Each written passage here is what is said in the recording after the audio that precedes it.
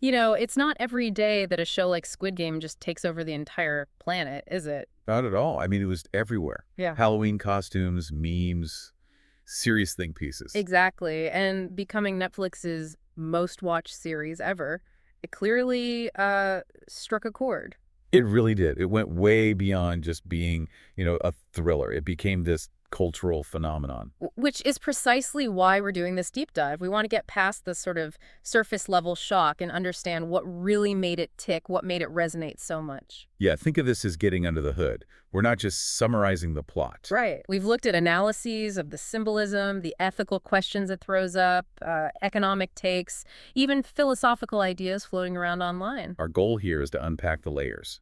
What's it saying about society, about us, maybe even about, well, bigger ideas. Okay, so let's dive in. One of the first things that really hits you is that voting system early on. Right. The players technically get a choice. They vote to leave. But does that choice even matter, given, their situations back home? It feels hollow. Well, that's the fascinating part, isn't it?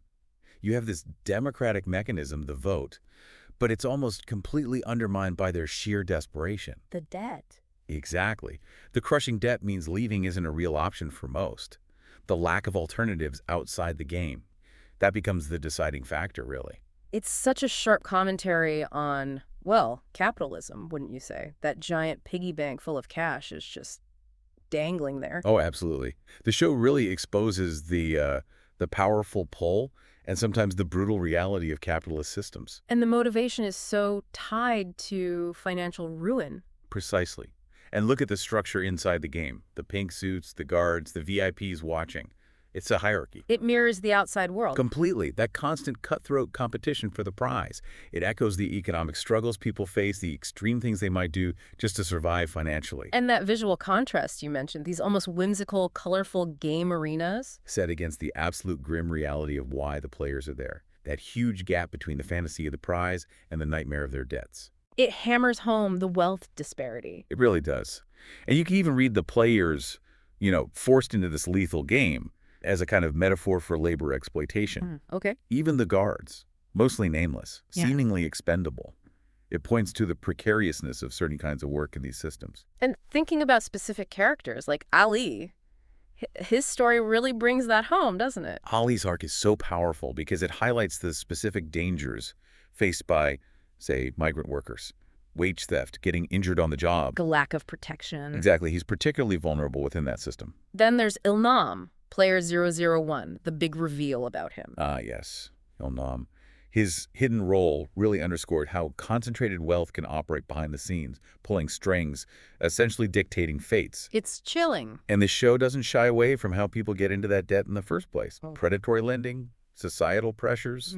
It touches on those too. It also felt like, timing-wise, it landed when global economic anxieties were maybe particularly high with the pandemic and everything. That timing was definitely significant, I think. People were facing real instability, job losses. The show's themes probably felt incredibly relevant. Yeah, that makes sense. And having characters from all walks of life, different backgrounds, it helps build empathy, makes you see the human cost of these economic hardships. Okay, so shifting gears a little. It wasn't just about the money, right?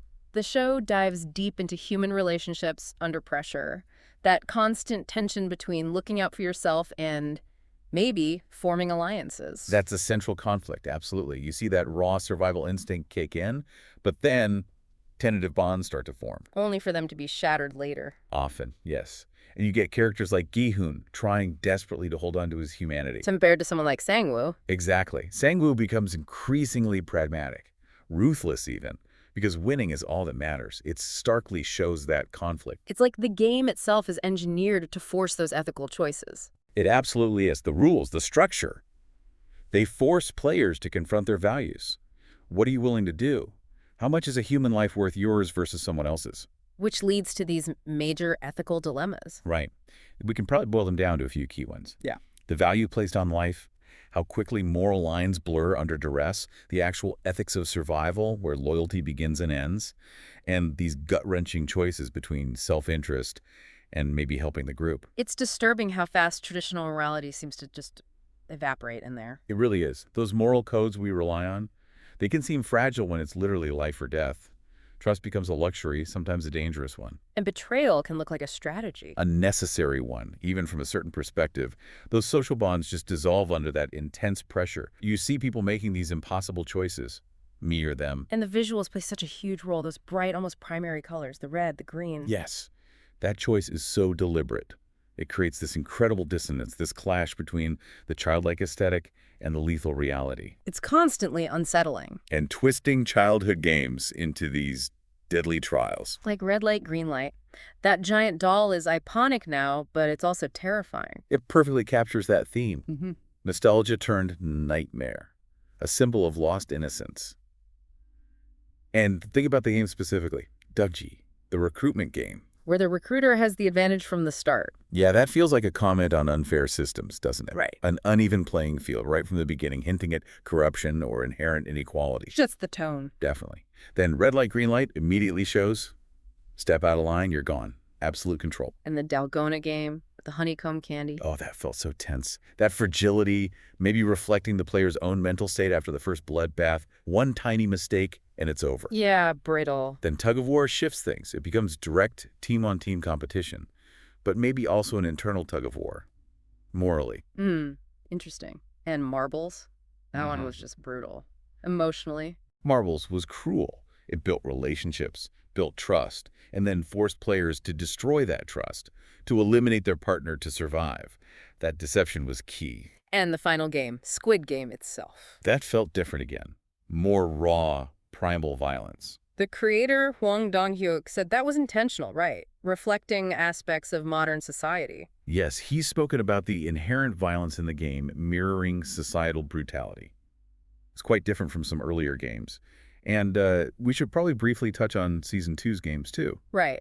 The recruiter had a few warm-ups. Yeah, things like bread and lottery, joke and po, rock, paper, scissors, even Russian roulette. They introduced ideas of chance, tough choices, maybe even a warped sense of honor before the main event. And within Season 2 proper, some games felt a bit different, like the six-legged pentathlon. That was interesting. It started with this need for teamwork, but the threat of death for failure was always there. Collaboration under duress. And then contrasted with something like Mingle. Oh, Mingle was all about trust and betrayal. Who do you side with? Who do you sacrifice? Showed how desperation just tears people apart. Completely. And that special round, lights out. Pure chaos. Greed and desperation unleashed. Just a total breakdown. You know, it's also interesting how the sheer weirdness of these games makes it hard for anyone who escapes to be believed. That's a clever narrative device, absolutely. Who would believe a story about deadly children's games? It isolates the survivors even more. Keeps the secret safe, in a way. It works. And maybe comparing it briefly, it feels different from, say, Alice in Borderland. Yeah, good point. Both have deadly games, but Squid Game feels rooted in Korean culture, those specific childhood games. Alice in Borderland draws more from video games, playing cards, and the Alice in Wonderland surrealism. Different flavors. So clearly, Squid Game isn't just about the gore or the tension. It's aiming higher. It feels like a commentary on the socioeconomic divide, not just in Korea, but globally. I think that's undeniable. It's a major theme. And it forces you to ask some really big questions. Well, do the ends justify the means here? Can you make ethical choices in a fundamentally unethical situation? Who actually survives this, and what does that say about human nature? Does anyone deserve that prize money? How fixed are our morals, really? Are we just animals when pushed? That whole food chain idea. And people really picked up on these themes online, didn't they? The discussions were intense. Oh, massively. People debated whether success is just luck and connections, whether fairness is even possible in capitalism. That idea of the rich playing games with the poor came up a lot. Late-stage capitalism. That phrase was everywhere in relation to the show. How greed affects society, how desperation shreds our moral codes. These were huge topics. It almost feels like it taps into older philosophical ideas, too, maybe unintentionally. You can definitely see echoes. Maybe Hobbes' view of self-interest driving human nature, or existentialist ideas about finding meaning in a meaningless, cruel world. And challenges to things like utilitarianism, the greatest good for the greatest number. That gets messy here. Very messy. The game forces you to question those neat ethical formulas. Okay, so let's look forward. Season 3. It's slated for June 27th, 2025, apparently. What are we expecting? Huge anticipation, obviously. The big thing seems to be the showdown, Gi-hun versus the front man. Revenge, guilt, loss. All that coming to a head. Exactly. And Gi-hun himself. He can't be the same man, can he? No way. People are expecting him to be darker, maybe more strategic, trying to take them down from the inside. That's a very popular theory. A more proactive, perhaps morally ambiguous Gi-hun trying to dismantle the whole operation. And the front man is still such a mystery, his motivations. Right. Season 3 needs to explore his journey. Why did he become the front man after winning? Is there conflict within him? Any chance of, dare I say, redemption? And those theories about a time jump, maybe involving Given's daughter. That's out there too. It would definitely raise the stakes personally for Gi-hun if his daughter got caught up in it somehow. Plus, we still don't know who's really behind the VIPs. The global conspiracy angle. Yeah, who are the ultimate puppet masters? That needs exploring. And the games. More twisted childhood favorites. Or something new. Could be both. Maybe games from other countries reflecting the global scale, or reimagined classics, even deadlier. Expect more impossible moral choices, more focus on the psychological damage. And people are still hoping Junho, the policeman, might be alive. That theory won't die. And also, wondering if the VIPs themselves have any weaknesses that can be exploited. Lots of possibilities. It sounds like it's set for a massive finale. Now, one really interesting angle we found was looking at Squid Game through game theory, like in economics. Yes, this is super fascinating. Academics actually started using the show to teach game theory concepts because the examples are so clear and dramatic. Like what specifically? Well, interdependence is obvious. One player's action directly affects others. Dominant strategy, like how, for the desperate players, returning to the game becomes the rational choice despite the horror. Even if it seems irrational from the outside. Exactly. You also see non-cooperative behavior. Player 111, the doctor, trying to get an edge.